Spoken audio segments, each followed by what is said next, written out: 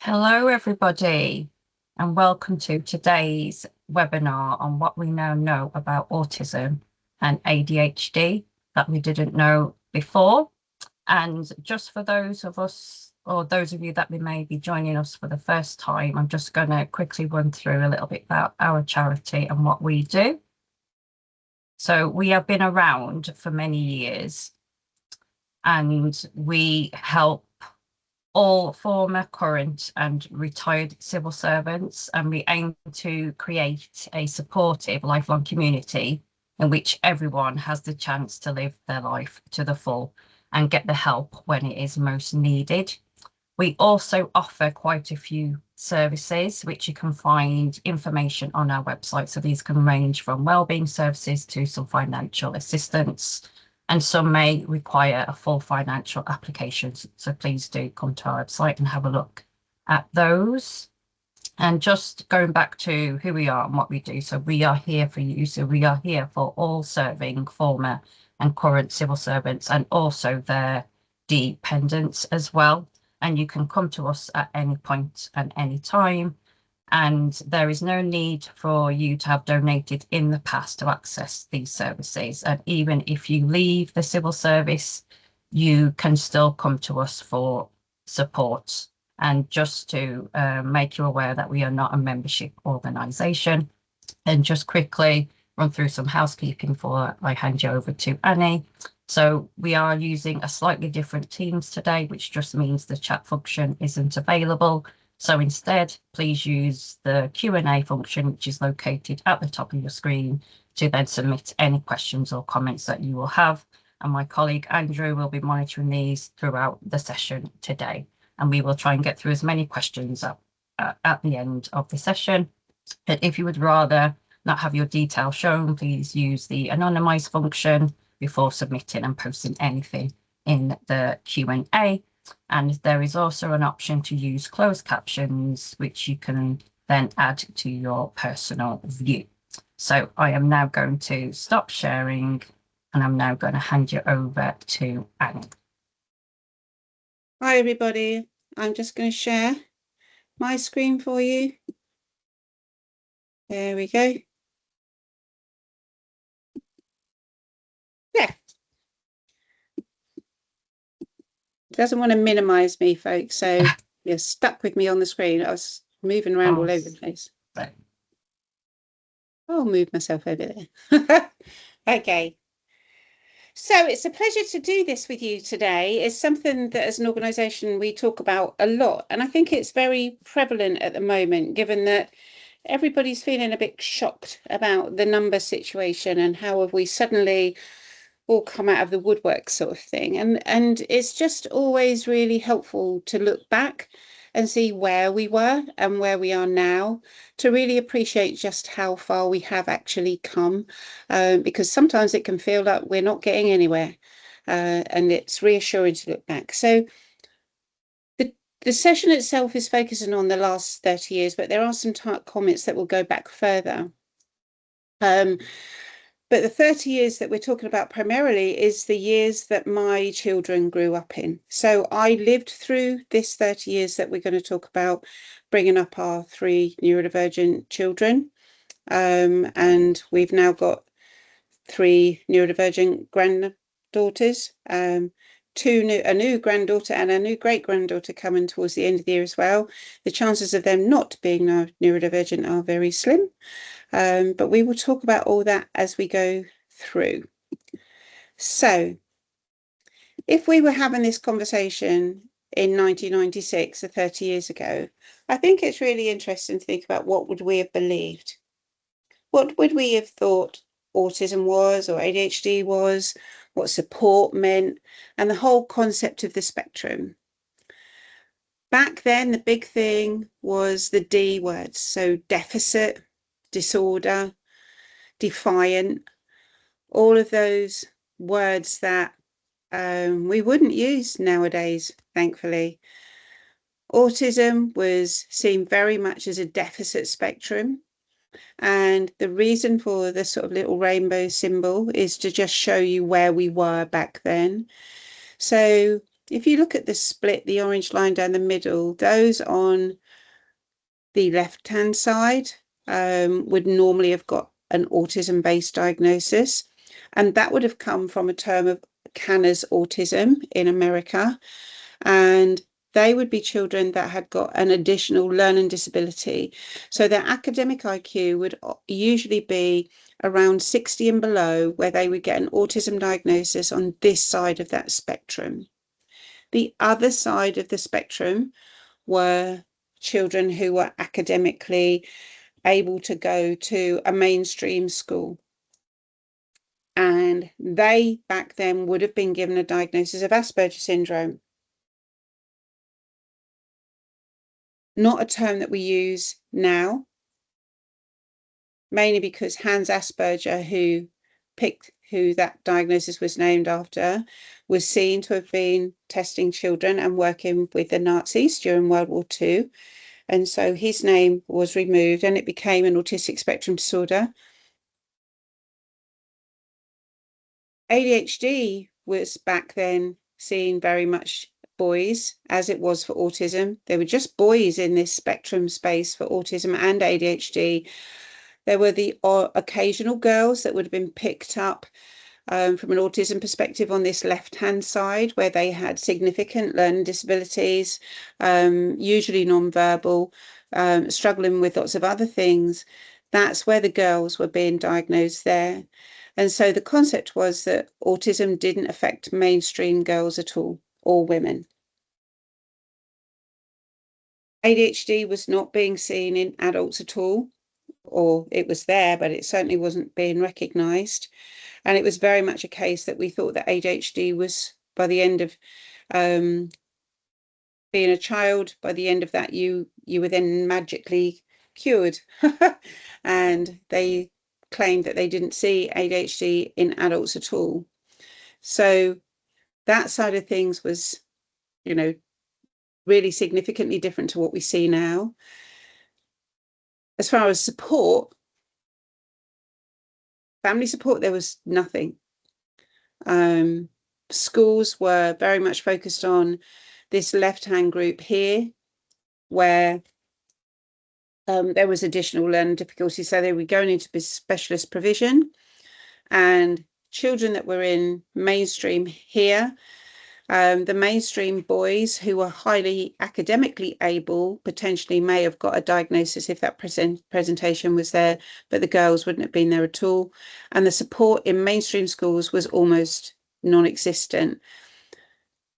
So this spectrum, the word spectrum, came in because of this split that we had, where they'd even split the diagnostic terminology between children whose academic IQ was below 60 and the academic IQ that was above. The reason it was all given the term of autism spectrum was because Mr. Kanner and Mr. Asperger were seeing that similar triad of impairment, which was back then, and which we wouldn't use at all now. But it was that stark, that much of a split between where the two words would come. And the support, there was no support in the wider community at all. Nobody knew anything at all really about what to do with that. It was all about conform.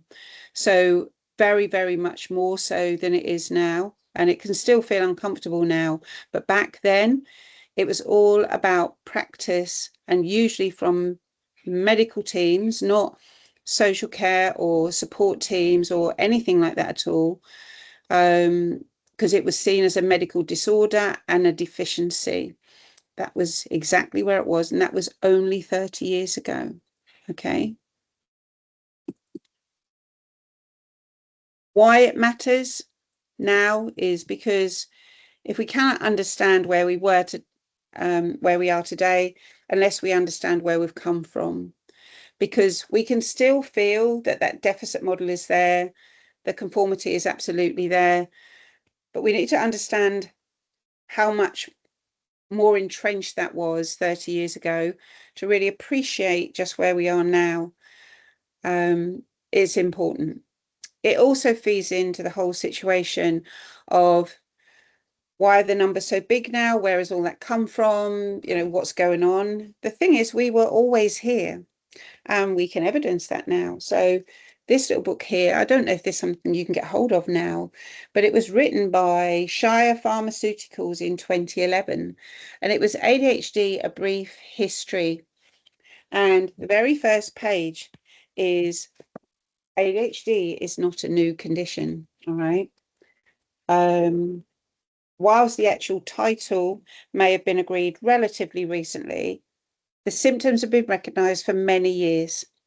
So there's a note here from 493 BC, as far back as that. Hippocrates described what may well have been the first recorded symptoms resembling those of ADHD, describing his patients as having quickened responses to sensory experience, but also less tenacious because the soul moves on quickly to the next impression. In other words, his patients were easily distracted or bored. There's even speculation that Shakespeare's description of one of the characters in King Henry VIII, written in 1612, may include a reference to symptoms of ADHD characterized in adults, wrote of a malady of attention that affected the character, which may suggest an early recognition of the disorder. Right, but we then had to wait 200 years for the actual diagnostic profile that we talk about now. And there's a wonderful poem, and I'll have to send it out to you all on email, send it to CFCS to send it to you, about Meet Fidgety Philip. And this was written in 1865. And it's, let me see if Philip can be a little gentleman. Let me see if he's able to sit still for once at the table. Thus Papa bade Phil behave, and Mama looked very grave. But Fidgety Phil, he won't sit still. He wiggles and giggles, and then I declare, swings backwards and forwards and tilts up his chair. And so it goes on. All right. I mean, if that's not clearly talking about some of our kids that we've got now, then we are. So bear in mind, that means we've always been here, guys. All right. As I always say, we've not just suddenly landed from an alien planet. Why were we managing before better than we are now? In some respects, where have those numbers suddenly appeared from? We were living very different lives back then. So in the 1800s, most of us would have been living on farms out in the field all day. We hadn't got screens and distractions and flashing lights and music blaring out of our radios all the time. All of those things that can stimulate us were just not in existence. And so, yes, we would have still been perhaps noticed of being conforming. We still might have struggled with social situations, but our systems would have been a lot calmer because society in itself was not full of the things that now actually cause us to be triggered. There is also a lovely book on autism in history. If you're really interested in that, you can get that off Amazon, by Rab Houston and Eartha Fritt, which goes through a case that was brought to court in the 1800s of Hugh Blair, where a younger brother took the older brother to court over ownership of the family estate. And they went through all the court papers and have come to the conclusion that our Hugh Blair actually had an autistic spectrum disorder. Right. So those of you that are really interested, that's a really good book. So what was it like to be a parent back in 1996? Well, our Tom was diagnosed at 2.5. He's 24/7 care. He's still at home with us now. But back when he was diagnosed, the process was very, very different. The diagnostic profile came to light. Tom and I went through severe birth trauma when Tom was born. In fact, there was a very short period of time where both of us had died. And yet before we left the hospital to come home, everyone was smiling and saying he's fine, his reflexes are all there, and we were obviously breathing massive sighs of relief. But one of the things that came up was, if you do start to see any issues, it's probably to do with his hearing. I was going back to university to do a degree, and we put Tom into nursery during that period of time. And nursery then started to say he's not responding to his name. We think there's a bigger problem going on. We think the hearing issue is perhaps more serious. So We then took Tom to an audiologist, and it happened really quickly. That's one of the big differences, right? They couldn't get a test out of Tom because he wouldn't sit still long enough. He was climbing on the walls, the whole sort of enchilada. And Nancy, who was the audiologist, who became a really dear friend of mine, she just smiled quietly at me and said, "We need to see a pediatrician." And that was when the alarm bells were ringing a little bit. And she said, "I'm sure it's just a hearing problem, but I can't get him to settle at the moment." I now know, as she said, I knew then he was autistic, but I wasn't in a position to say that. So we then went to see the pediatrician. Tom nearly destroyed his room, turning on the taps full blast and everything else. And he said, "Have you heard the word autism?" And I said yes, because professionally I'd come across a couple of people that were in that space at that time, again, really severely impacted by how their autism presented. But what he thought, because I said yes, was that I'd heard it in relation to Tom, not that I just heard the word. And he said, "Well, I think I would agree that that's where Tom is." And from there, we went to a child health monitoring project and went through a 3-month diagnostic process. Again, you wouldn't get that now, where we saw a play specialist and a speech therapist and a psychologist and a psychiatrist and a whole team of people. And there was about, I would say, 6 of us all going through that process at the same time, other families. But what you've got to remember is, in that very short period of time ago, which is not very long, we had no internet, no Facebook, no YouTube, nothing that we could go in and pick up our phones, research it, find anything out. There was nothing. The only place we could go was the library, and there were very few books that were available at that point in libraries, because the libraries didn't know that we were all going to suddenly come out of the woodwork and demand for information. And the books that were there were written several years ago, around the time when the diagnosis was start being formed. So we had very few answers. The professionals didn't know, the health teams didn't know what to do, other than we were all brought together for in a very small group, which I'll come to in a moment. The reason for me putting my NAS telephone call there, I finally found this name of the National Autistic Society, and found a telephone number by ringing the operator on my home phone, and then found out that was actually an adult residential home for adults with severe autism, and spoke to the guy who'd answered the phone, explained the situation. And I said, "Hi, I'd like to have some more information, please. My son's just been diagnosed with autism. I'm just trying to find out what to do." And this was when the first red flag started to wave, when his response to me was, "You sound very calm for someone who's just been told their son is autistic." And that was when my husband and I suddenly realized, okay, maybe we've got a bigger situation here than we first realized. So these are my children a little bit later. It's my husband's 50th birthday. And Tom is there, standing behind his sister, and Sam and Lucy's 2 girls there. Sam's now married. Lucy's got 2 children with another one on the way. And Tom's still at home with us.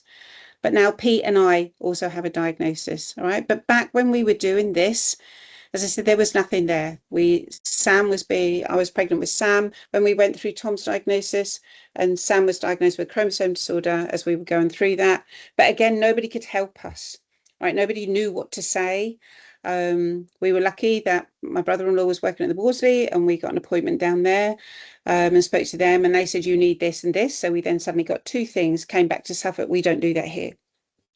And this, we talk about there being nothing now, but there was really nothing then. And so we had to work it out for ourselves. Like I said, there was no magic autism fairy going to come and rescue us. So it was very much a case of thinking through where we were, what did we do, how did we manage that. Tom used to run up and down the room, up and down, up and down. We know what that is now, but back then I'd have social workers saying, "You need to stop him doing that. You're welcome to try," right? Because that was not going to happen. And we were in a situation of literally flying by the seat of our pants, right? And then magically, all these things started to happen. Suddenly the words were starting to come through. Like I said, there was 6 of us that went through diagnosis together, and the hospital had brought us together as a group doing like these little things with our children that we now know were all about conformity that they had to. I always remember Tom was playing with the home corner, like a little, an oven and what have you, and there were saucepans, and Tom put the saucepan on his head, and I was really pleased. I was like, wow, look, he's using his imagination and using the saucepan as a hat. And the psychologist went, he needs to stop that. That's not what you do with a saucepan. So that was where we were at that point. And I think it's fair to say that parents were absolutely blamed. In the press, in schools, it was bad parenting. I mean, that went on as a rhetoric for a long time. And we're still sort of there in some situations, which is really sad. Schools were absolutely not prepared for our children, even though, like, Tom was put initially into mainstream school, which is absolutely the wrong place for him to have been.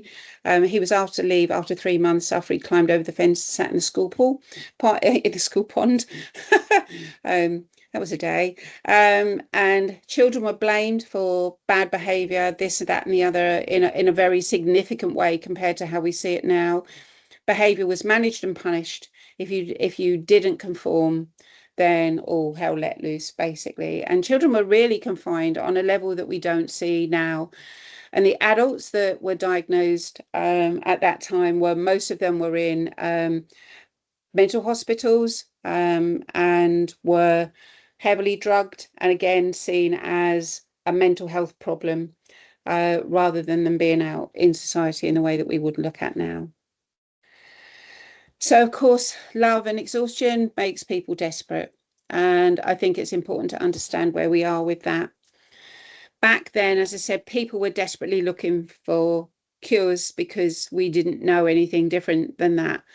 There was a service in Japan called the Sunrise Program, and there literally were families selling their homes to send their children to Japan, to be cured of this presentation that no one could tell us what to do.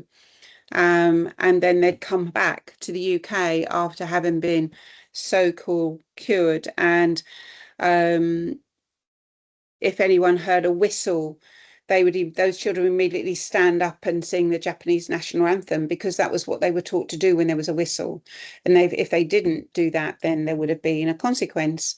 And there was quite a few of those programs starting to appear during that time, some in this country, some in America, but most of them outside of the UK, I have to say. But they were things that we would look at now and be horrified. But back then, that was what most parents were being offered. But as we said, many adults were in mental health hospitals, and we reached a point where hundreds of children were spent hundreds of miles away to so-called specialist schools. Some would stay there Monday to Friday, some would stay there for a whole month and then come home, but they were immediately separated from their families. Some of them were having to travel 200 miles on a Monday morning and 200 miles home again on a Friday afternoon to be home for a weekend, where they would then be completely dysregulated, but they were told that you're doing the right thing. And I think the thing to hold on to for those of us that were going through that at that point was none of us were looking for perfection. We were looking for hope, because there was nothing there. Our son Tom at that point used to sleep from 1 till 2 and 3 till 4. And those 2 hours of sleep he had until he was age 10. And the thing is, nobody could tell us what it was that we needed to do to correct that. So we came up with solutions of things to do that we would try and work with. We're quite lucky in that I came from a youth work background and had different things that we could try from where I'd worked with kids that had lived with trauma, which obviously now we know there is some real correlation in approaches, but we wouldn't have known that then. So I was really learning by the seat of my pants, I suppose. And my husband's family were mental health professionals, which did and didn't help, I think it would be fair to say. There was a bit of clash of opinions about how to move forward, but we had more than most. And then we were really lucky in that someone who was one of the trustees for the National Autistic Society was living in Ipswich, where we are, and she set up the first adult support group in the country here. And all of a sudden, parents all came together. And as you'll see, that's one of the magic things that actually makes things change. So words, what I'm thinking, we're definitely focused on deficit. And we still see some of these words now: suffering from autism, Asperger's, as we said, disorder, difficult, defiant, difference, manipulative, lazy, naughty, high functioning and low functioning, which we wouldn't consider now as terminology. We'd look more at where their academic IQ was. So because you can have a high academic IQ, remember the arch, so you'd be in mainstream school, but you would still have real challenges in understanding how your autism or ADHD impacted on you. But back then it was very much seen, oh, they're high functioning, so they're fine, not understanding the difference between high functioning and having a high academic IQ. And equally, you could have a low academic IQ, but you could still have some real skills and ability to manage situations. And yet it was balanced that because their IQ was low, therefore they must be really struggling with other things. That isn't how we would see that now. So, oh, look, I've forgotten to put my N in my understanding. I do apologize. So, but then gradually understanding started to change. We suddenly had adult ADHD that was recognized in, believably, 1968, I think it was. No, 1986. Sorry, got the numbers the wrong way around. And I can remember going to a meeting about 10 years ago about the recognition of women over in Cambridge, where we're suddenly realizing that females may have autism too and ADHD, but it was still very much, we don't know what to do with that because it looks different. And certainly in the work that we were then doing as an organization by that point, we were seeing a lot of mainstream girls in the work that we did with the local college and sort of scratching their heads and going, she's got autism or she's got ADHD, but we wouldn't have been able to support that young person at that point to go through and get it assessed because nobody knew how to assess them. And there's still not a different assessment tool for women to men, yet we all know that that would really, really be helpful. We suddenly started to know about the word masking and that we were actually hiding an awful lot to conform. And people used to reward that and still reward that now. We still get stickers for rewarding conformity as opposed to rewarding success in that they were able to ask for help today or able to say that their overwhelm was getting big, so can I leave and go and do this. They're still not rewarded for that, but they're rewarded for the fact that for that entire lesson they held their need to move together and sat still. And that's got to change. We cannot leave that there. We then had these P things come into our world, the diagnostic matrix and the DSM-5 brought new things into our understanding of what autism and ADHD was. Suddenly in this new DSM-5, they mentioned sensory processing disorder. I can remember that those of us working in that space then, we looked at it and thought, what the hell's that? Like, we didn't know what it was, and yet there it was as part of diagnosis for an autistic spectrum disorder. We would now see that as part of diagnosis for ADHD too, but that was not where it was quite when that first came out. NIC guidelines were the national guidelines of what somebody should look for if they were assessing somebody with autism or ADHD. You can go online and look for NIC guidelines on autism or NIC guidelines on ADHD. It's different for children and adults as well, but they're just readily available now on the internet. And the internet was the thing that really changed things. Mainstream school is now, it's expected that they have adjustments in place for neurodivergent children. We know that that is still not where we want it to be. The National Autistic Society was getting bigger. Parent support groups became more local and more something that were readily there for that support. And then we had this term, neurodivergence, suddenly dropped into our land. And it was developed more and more over the divergence of how the brain processes information. And it gradually moved forward to what we see it as today. We also began to recognize that many neurodevelopmental differences overlap and often occur together.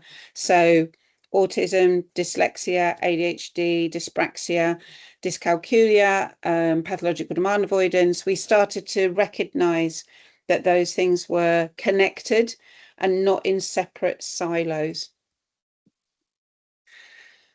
And then we come on to here where those missing pieces of knowledge started to appear as more and more research was done. We suddenly started to hear these terms of executive functioning and understand more about what was going on with that. Masking, burnout suddenly became understood. That's relatively recently, I would have to say, in the last 3 or 4 years. Double empathy, and for those of you that might not know that term, basically it's like there's 2 ways of communicating. There's the neurodivergent way of communicating, and then there's the neurotypical way of communicating. So a bit like one's talking in French and one's talking in English. And yet the expectation is that we're all supposed to be able to communicate with each other when we're speaking from a different language perspective.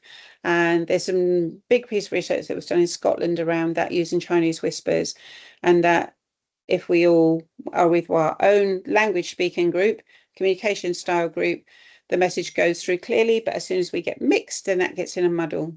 All right, and that's where the double empathy comes in a very simplistic way of looking at that. Interoception, and we're understanding that more and more. It becomes part of our mainstream work nowadays. But back then, again, it was seen as a bit woo-woo, but we now know how important that is, and it's a game changer. Sensory processing difference became a game changer in how we understand how our bodies work, and equally where they find certain things challenging. The understanding of special interests that back then would have been something that our children, when we were growing up, we were told to stop that. Don't let them just play with that one thing all the time. They need to play with lots of other things. And yet Tom would always go back to his train, or his Connects, as it was back then, or certain videos that he would have watched. And we were told to stop that. That's bad. Whereas now we support that and work with that. And I think that is a massive difference about how we can regulate. And as we said, the girls and the adults suddenly started to come through, and all of a sudden we've got a bigger picture and a massive increase in number. The number of people seeking diagnosis at the moment, 80% of them are adults. Okay, so just hold that in your head about where this all sits. Then different approaches started to appear. All right, visual timetables.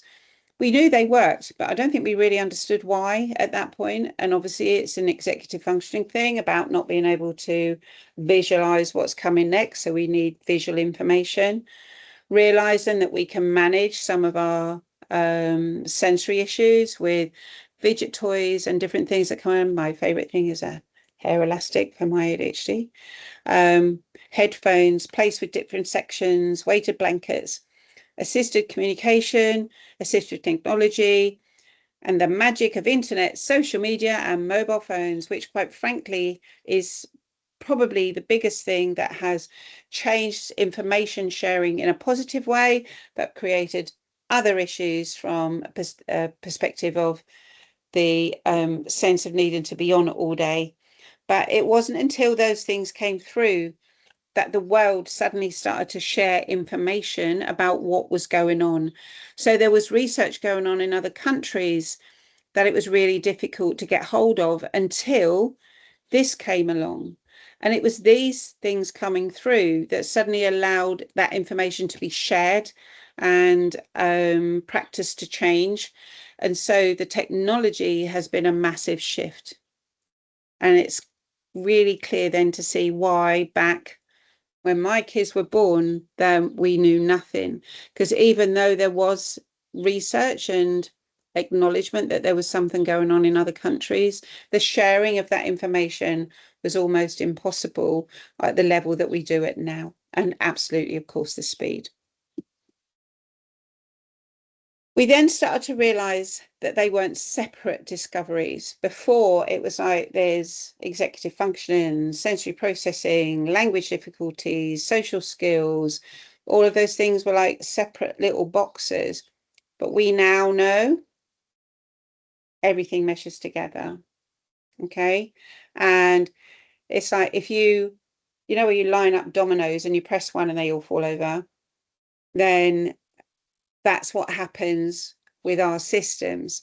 So you might have something that's affecting us from a sensory perspective that then triggers something that happens with us from an emotional overwhelm perspective, and the overwhelm will then trigger and make our executive function even more difficult to manage, and then we can't understand language because our brain's too full. Everything connects to everything, tips. Okay.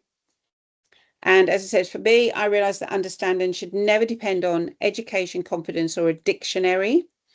And that was when I created Autism and ADHD. I wanted a way for parents, schools, everyone to be able to access information. Our tagline back then was making the complex easy to understand. We got rid of clinical terminology. We got rid of needing a diagnosis to be able to work with people. We didn't change at 16 and say, we can't work with you anymore, you need to go to an adult team. We worked right the way through. So there were lots of things that we'd done to try and get rid of some of those barriers that were here when we came to this bit. And the 4 blocks that we use all the time, any of you that have listened to our trainers before will know, these came out of that, making it easy to understand. Okay, so when we now talk about emotional overwhelm, we know so much more about where that actually comes from. And it's actually more of a sensory processing issue than we ever would have thought, even as recently as 2 or 3 years ago. In that when our interoception, remember we mentioned that at the beginning about how important that suddenly became, when that gets dysregulated here, that nervous system dysregulation will then impact on what we know of as the vagus nerve, which is trying to keep our body safe. And the vagus nerve will gradually impact that because it feels that our body's not safe. That means that our executive function starts to shut down and can go almost into a paralysis when we are really, really dysregulated. And that will then cause a communication distortion. And so that's why I say where everything connects together. We're starting to understand all of this more and more and more. And that can only be a good thing, because instead of then thinking that we've got to deal with the behavior, or the word I prefer is presentation first, we've got to look at what the body's doing first, calm that down. When we calm that down, this comes down, presentation becomes more calm and able to learn and able to do all the skills that we have got. The way we process language is equally connected into that. And again, it was seen as a social skills problem, that we couldn't be sociable. But what we know now is just that the way people communicate with us is crucial, and that we need that language to be clear, not full of assumptions, right? So an example of that would be where, we've run out of milk. Are you going out today? And the person would go, okay, and come home, and it's like, did you get out the milk? What do you mean, did I get the milk? Well, I said this morning that we'd run out of milk and you said you were going out. Yeah. But for them, they were 2 separate comments, right? The bridge to bring those 2 comments together was not there. Are you going out today? Yep. Oh, brilliant, because we've run out of milk. Can you pick some up on the way home? Yeah. So then the milk would magically arrive home because the bridge of those 2 statements had been brought together, right? And so, as I say, this knowledge is so ongoing and very much where we are now about learning. The sensory processing stuff, as I said, didn't come out until the DSM-5 was actually produced, and then all of a sudden it was there as a term. But I can honestly say it's a complete game changer and is explaining so much, and there's still so much that we're learning about how that impacts that central core, that interoception, that then affects the other 4. And executive functioning, again, we didn't really understand what that was way back. That wouldn't have been a term that was used with our children at all. This is very much recent and around where the new DSM-5 came in. We call it imagination fracture because it affects everything that we visually should be able to see in our heads, but we can struggle with that, or we get so far and then it gets stuck. And so now we've got all of this knowledge, and organizations like us are trying to make it so much easier for people to get their head around what it is that's going on. The future is looking much better about how we'll be able to live what we refer to as healthy neurodivergent lifestyles. And some of those challenges are we are understanding what we need to do to help keep our systems and brains more settled. So this is where we were. All right. The balloon story. I watched one of the most distressing things that I'd ever seen back when Tom was being diagnosed, where there's a little boy that used to jump every time a balloon burst. And they literally filled a room with balloons and made him stand in the middle of it while they burst the balloons. He was screaming. I've never seen such a distress, right? That the felt was that health team believed that by exposing him to bursting balloons, that they would make him get over his fear of bursting balloons. In fact, it done quite the opposite, as I'm sure you would know. And it was the same with the yellow post-it notes. They had a child that was terrified of the colour yellow, couldn't process it properly. And so he would avoid the colour yellow, and they covered him in yellow post-it notes to try, if we just cover him in it, it'll go away. Thank God we know now not to do that, all right? But that back then, that's what they believed. They've got nothing else to go on. And so these things happened. We know now not to do those, okay? It was families that changed society and culture, not researchers, not governance. It was us. As we started to understand more, parents suddenly started to say no. Right? No, you are not going to send my child 200 miles away to school. No, they are not going to be away from home from Monday to Friday or for a whole term. We want them to be educated here, right? We started to come together in support groups. So we questioned and we kept asking.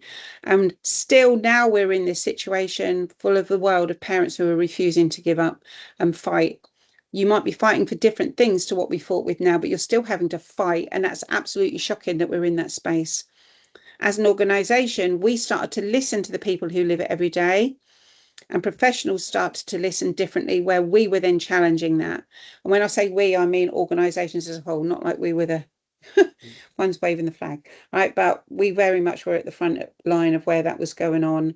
And that was when it started to shift, when our voices as parents started to be louder. We then started to listen to autistic and ADHD voices, all right? 30 years ago, most conversations happened about them, all right? Whereas today, they mostly happen with them. And that's a massive shift, and we need to push for that to continue even more. Also, to be clear, understanding doesn't happen everywhere at the same time, all right? I spent time in Bucharest in Romania, and saw what was happening there. And obviously, we now have a large Romanian community here in the UK, and there is still a sense that, when children are severely impacted by a condition, that in Romania, those children will be taken care of by the state. And so the expectation is that when social workers go to see families, Romanian families here in the UK, that they think they're coming to take their daughter, take them into care. And that bridge between understanding between cultures, we've still got a lot of work to do with that. ABA is still rife in America. We would challenge it here in this country, and yet it has changed here in the UK. It is a lot softer. It's not just about conform, and that's a good thing. I was lucky to spend time in Brunei working with the army schools over there. That's moved forward significantly in how they support autism and ADHD. Africa, there is a big density there, but everyone's trying to find out what's going on in there. Japan and China don't do the things that we heard about earlier, thank goodness. They've learned to, and we work with children from China and Japan here when they're here in this country, maybe for school, and they still wouldn't go home and shout about it necessarily. It's still very much kept quite quiet, but the approaches are changing and the understanding is changing. And so that's a good situation to be in. As we say, every country is traveling the same road of understanding, but not always at the same time. But because of internet and everything that we have now, we are all learning from each other, which is fabulous. And there is signs that some countries are now not looking for a diagnosis. They're just looking at, what does this child need? Yeah. Even though the diagnosis is important for lots of reasons, it is important to know that. So what might we know in another 30 years? We're already starting to understand gut-brain reaction, and there's research going on around how gut health impacts neurobiological disorders, not just autism and ADHD, but dementia would be an example of where that's being impacted as well. Understanding a lot more about how our sleep works and our circadian rhythms being different, how hormones work and the impact on our 4 blocks that we were talking about. I'd like to think there was a lot more personalized support than just generic support. We've really got to go to that space. All the stuff about nutrition. We're starting to see real uses for AI in support mechanisms, and therefore, how do we develop that to help? The genetics, we're starting to understand a lot more. Earlier identification. But the key bit is the biggest discovery won't be about autism and ADHD. It will be about ourselves, about humans. The level of research that's had to take place about neurobiological disorders is helping us understand humans, okay? Not the other way around. So we're still writing the story, as I'm sure you can see. Today's research becomes tomorrow's understanding. Today's parents will shape tomorrow's culture, all right? So we're always mostly working for the generation that comes behind us. We're improving things now that the generations behind us will benefit from more than perhaps the generation that we're living with now. But because the message now travels far faster because of the tech, some of that is changing now, which is good. Right. So knowledge only changes lives when it becomes understanding. There's no good knowing about it if we don't understand it, understand the why. And that is where the research is now going, and where organizations like us and NAS and other big organizations are now working in that space to move that forward. So every generation leaves something behind. So 30 years ago, parents left us greater understanding. Today, it's now our turn, because the next generation may well discover things we cannot even imagine today. And how exciting is that for our children and our grandchildren? So 30 years ago, we were trying to change autistic and ADHD people.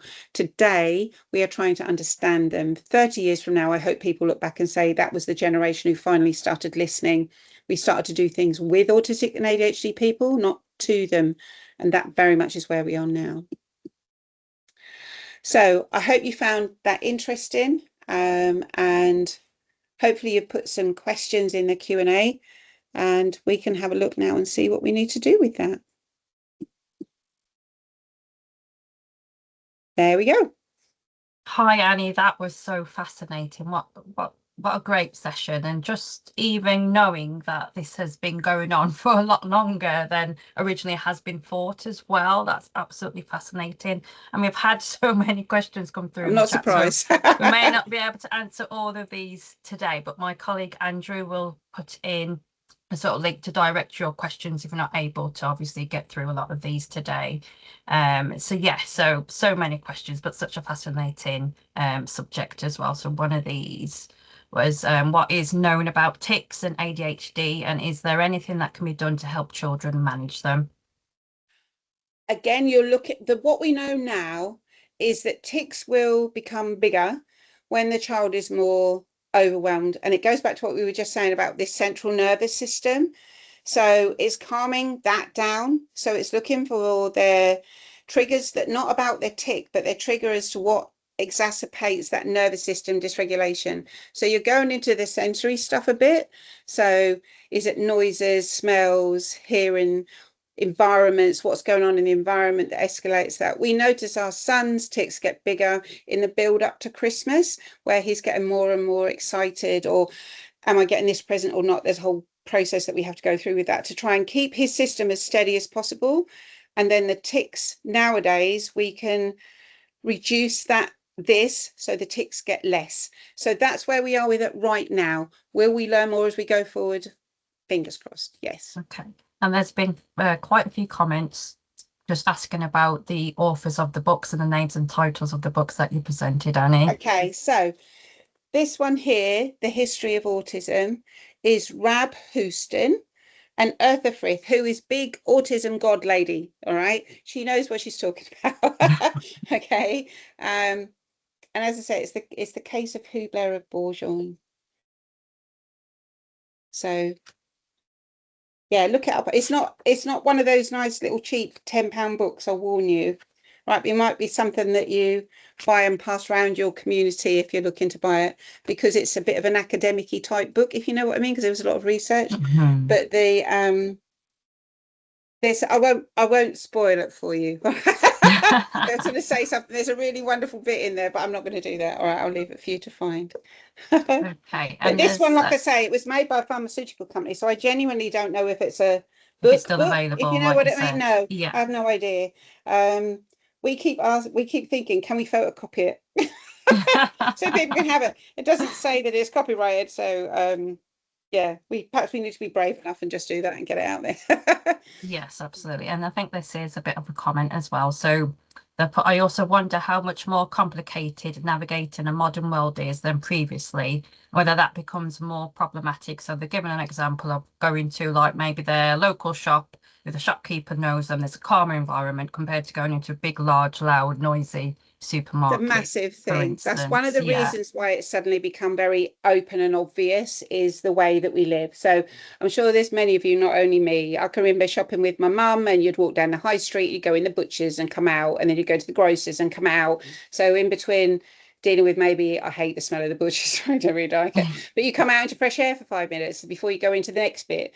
When you're in a big supermarket, you haven't got that. You're surrounded by all of it in one space, and the noise. Supermarkets are not my thing. My system does not like them at all. So I've usually got sunglasses on, so I look like I'm out of the Blues Boys film. But it reduces the visual overwhelm for me, and that's why you see lots of people with their noise cancelling headphones. And the choice issue, do we really need that number of cornflakes and things in a row? So that doesn't help either. So yeah, but you're absolutely right. That was one of the reasons why, even though we were there historically, the way the world lived meant that the things that stimulate our systems were just not there. Whereas now we're surrounded by that all the time, and it is being very conscious about switching some of those things on. Yeah. And I've got a really long one here. So there's a big problem with the system where children are displaying neurodivergent behaviours. I think they've mentioned they've suspected their daughter was autistic when she was in primary school, but the school didn't want to know, and they agreed to get an educational psychologist out, but never got any further with that. And yes, so it sounds like there's been a long sort of journey to just try and get any sort of help and support there, really. And throughout secondary school as well, she had two separate teachers to contact them to say that she could be autistic. And she's put, I just think too much weight is put on what the schools say and not on what the parents say, because if parents were listened to, the diagnosis would have been received years earlier. Yes, I agree. But the reason that it goes that way, just to explain the why, or I'm not saying I agree with it necessarily, I'm just saying the why. They're looking to see whether it's prevalent in two separate places. And obviously the most common for children would be home and school. So that's why it's there. Where the gap is that we've got at the moment is, you're absolutely right. There is a massive importance placed on what school have to say as to whether or not you can move forward with an assessment. But teachers have not been trained to look for the signs of what autism and ADHD is. In all fairness to teachers, they've been hung out to dry here. The expectations from us as parents that you need to, it's there, why are you not writing it down? But they've not been shown what it is that they're supposed to do. And so where we talk about bridges, we talk about bridges a lot. There is no bridges at the moment between home and school for that to work together. And it's something that we as an organisation are looking really carefully at. How can we move that forward, because it's not fair on either side and it's causing a real problem. I completely agree with you. Yeah. And there's somebody here who's at the start of their journey with their 14-year-old boy who's seeking assessment for autism ADHD. They've chosen the right to choose pathway due to lengthy waiting lists and assessments in their area. They've asked, do you have any general advice to families that are at the start of this process? Find your local group, your local support group, go and speak to them, not necessarily take your child to begin with. That's not what it's about. It's about you finding information, but just being with like-minded parents who maybe are a bit further down the line than you can be really, really helpful. I know it can be a big step and feel really scary. It's like, but we're acknowledging that it's there. I'm not quite ready to do that yet, but everybody in, I would say 90% of the support groups are very supportive, very helpful. We've all been where you are. So, you know, that's locally. Nationally, you can access organisations like ourselves. You can access us through civil service charity as well. So if it's something you feel would help, then by all means get in touch. We do regular monthly trainings online, like the one that we've been doing today through our organisation, and we give out lots of information on our social media pages as well. So it is literally just Autism and ADHD 1, Autism and ADHD 1, you'll find us. But again, if you get stuck, social media, CFCS will help you find us as well, and we'd be more than happy to help you if we can. Yeah, and there's another one here. Somebody who's mentioned they're in their 40s and they're starting to believe that they are autistic.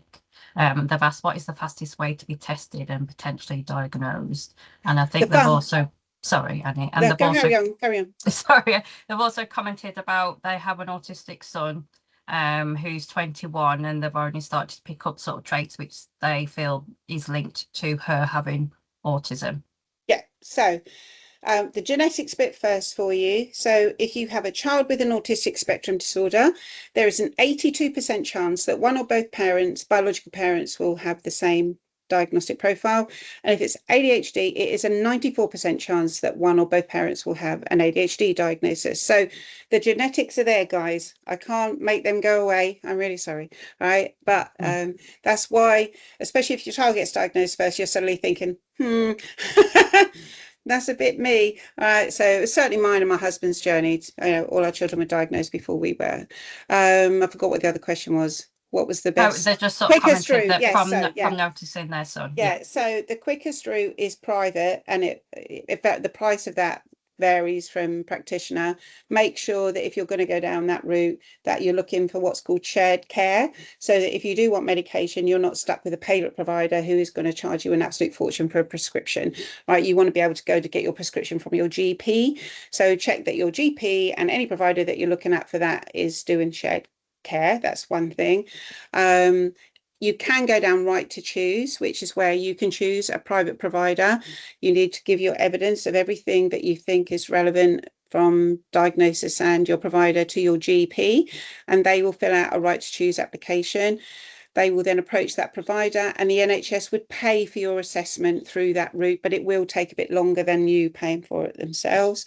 And the last one is to go to your GP and ask for you to be referred to the NHS, which will be completely free, but the wait list varies from county to county, and some of it is absolutely horrendous. So yes, that's where we are. I have to say, though, you can get your support without your diagnosis, all right? So it's not right or wrong to get a diagnosis. It depends on very much the individual, but that's not to stop you on any level whatsoever finding out and moving forward.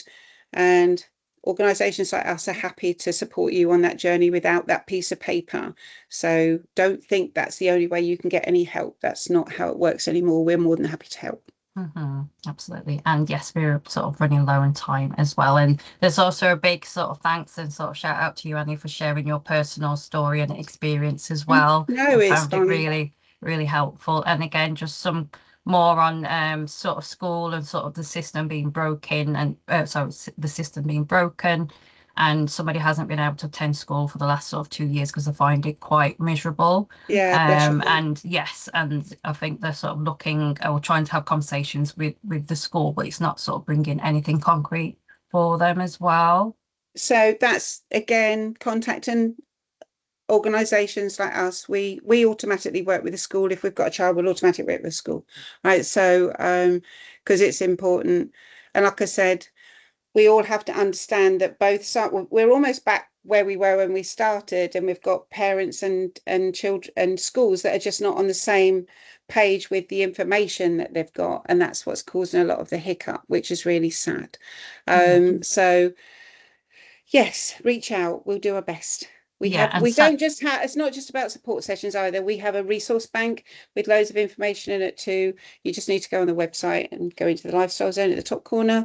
It's got a small monthly subscription, so that might be helpful to you as well. Yes, absolutely. And yes, we have now run out of time, but there's been, so sorry we haven't been able to answer all those questions, but that's if you've got big questions, I think Andrew's putting it on my PA's. She will hate me. That's no, she won't. She's lovely. She's my daughter-in-law. She's not allowed to hate me. But my PA, Abigail, will field questions through if you've got some that you would like answered. So please use the email, come through to Abby. Abby will ping some my way and some that she'll answer, and send you some links of maybe some training videos of things that we've got that might be useful to you as well. So please don't be a stranger.